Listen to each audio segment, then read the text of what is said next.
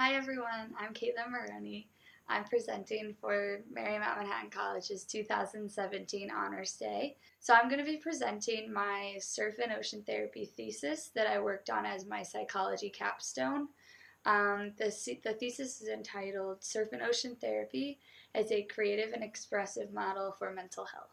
Before I begin anything, I would just like to give a huge thank you to Dr. Richard Teets and Dr. Linda Solomon for being with me through every step of this process and believing in me to do such extensive research in an area that is kind of otherwise unexplored.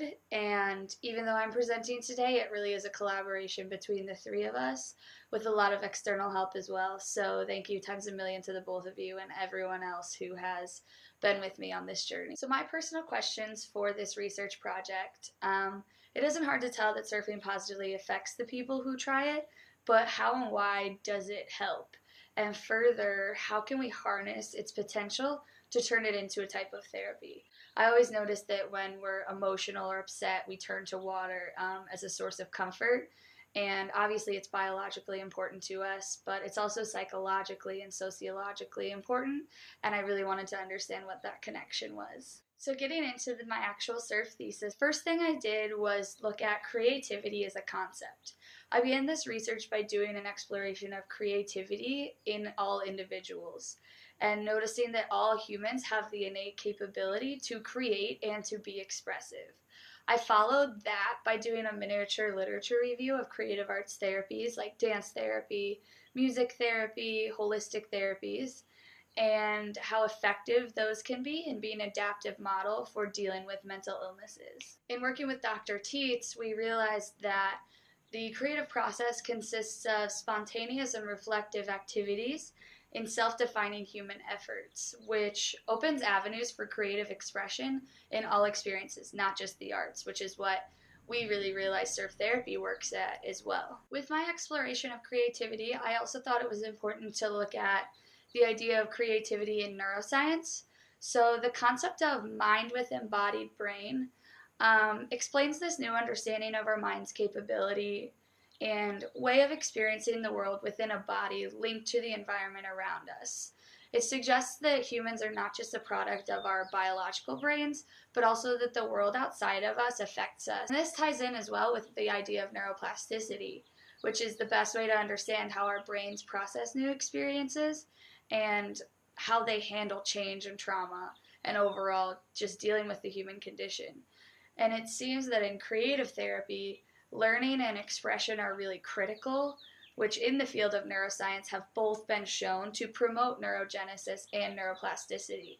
So fostering this creative, expressive, and new learning environment, which surf therapy does, is really showing that neuroscience is backing this evidence. The last thing I noticed in my creative arts research was that they truly focus on the process rather than the product.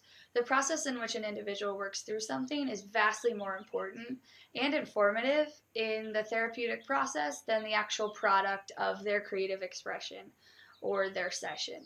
The steps an individual will take in the creative process reveal more about the inner workings of their mind than their ability to produce a skill or to create an object effectively. So in the surf therapy model, getting out there and learning how to surf and working with the waves is going to be a lot more therapeutic than actually getting out there just purely to learn how to surf.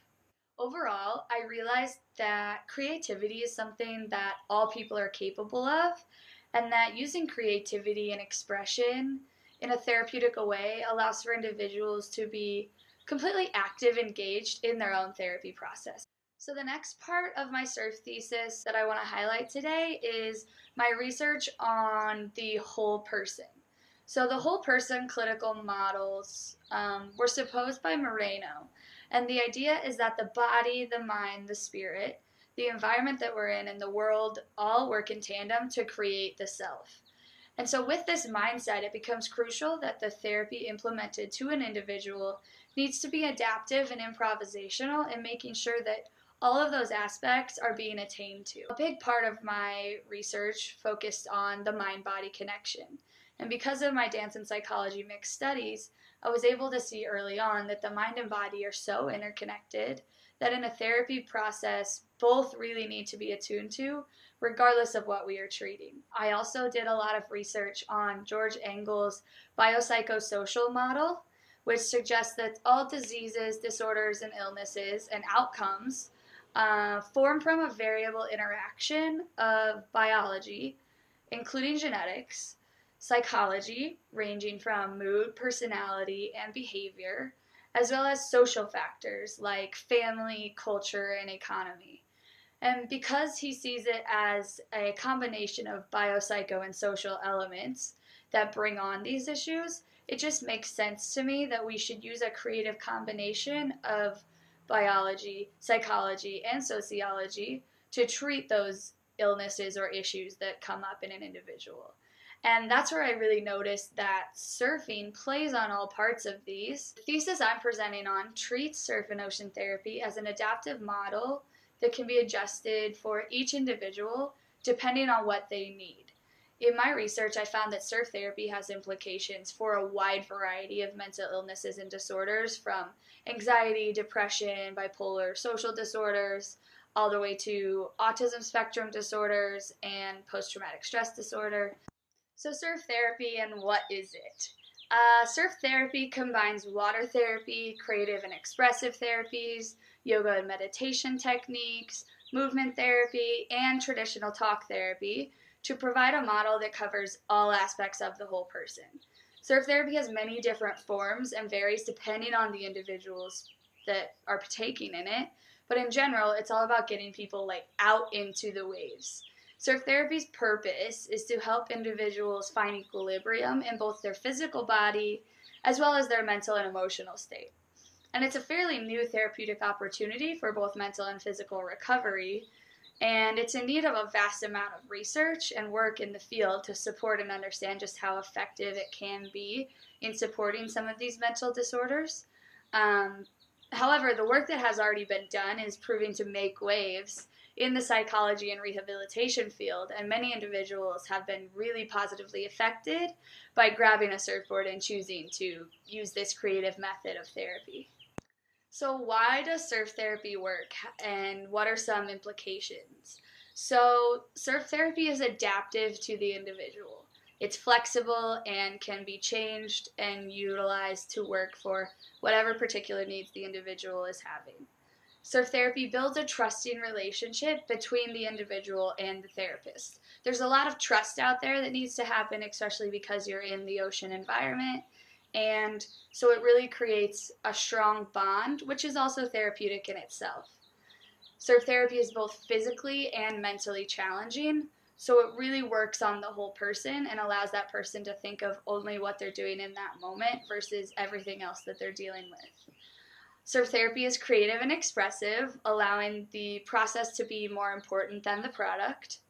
Surf therapy has an element of play and fun to it, making it a really unique form of treatment.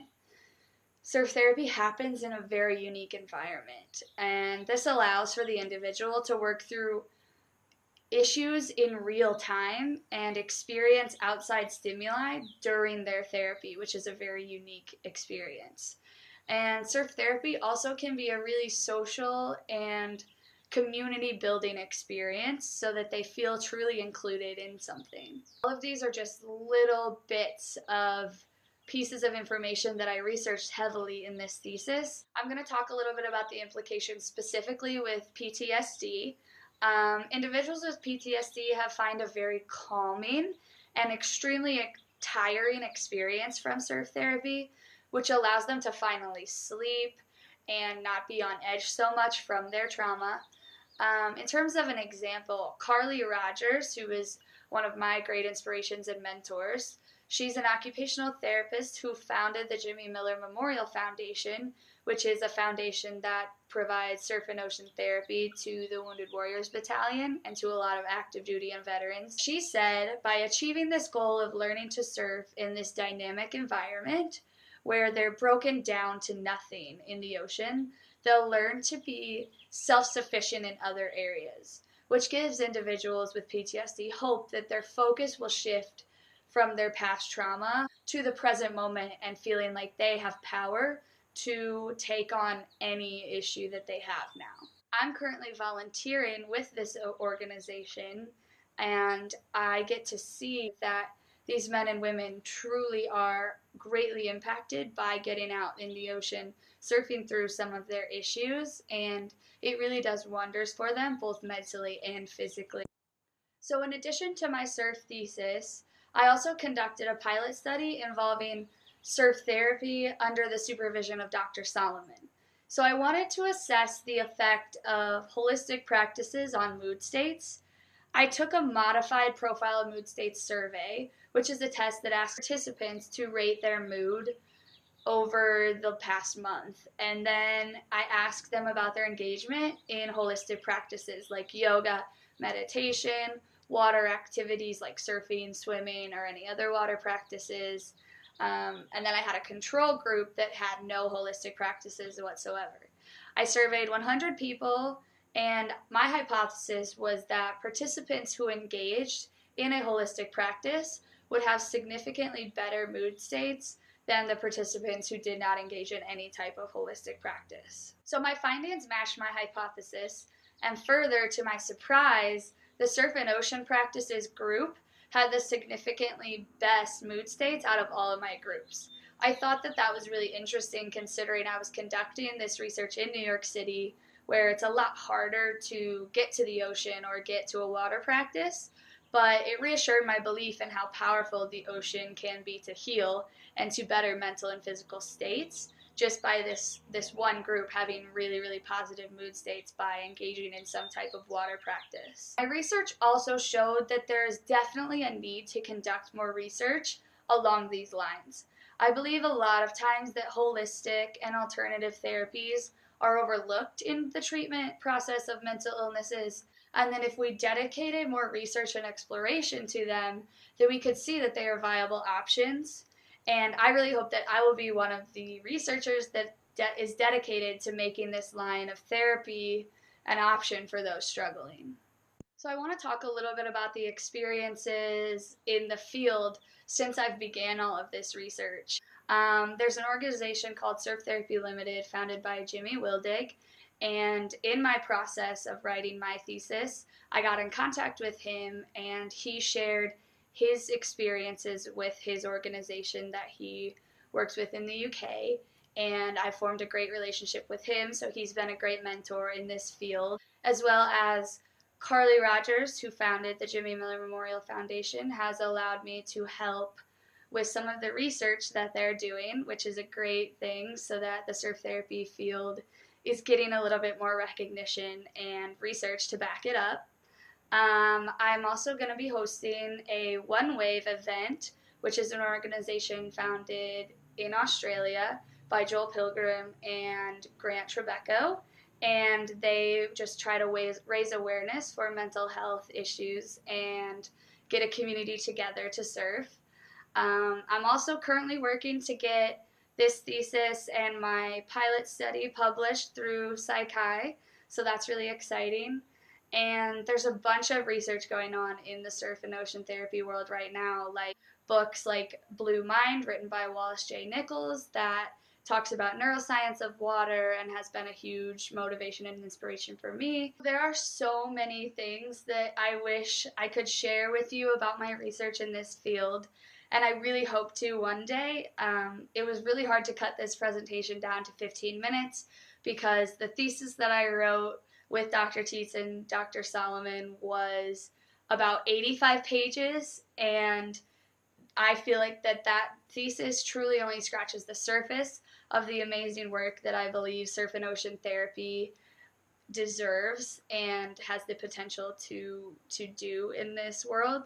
But yeah, this is just a little bit of the research and in-depth work that I did about this very new and exciting field, and I hope that it shows you a little bit of the potential for creative and alternative therapies to really be viable options. If you have any questions, feel free to contact me email me, and I would love to discuss the research that I've been doing. Thank you so much for watching, and I hope to have a great conversation with you about surf therapy and the benefits of healing soon.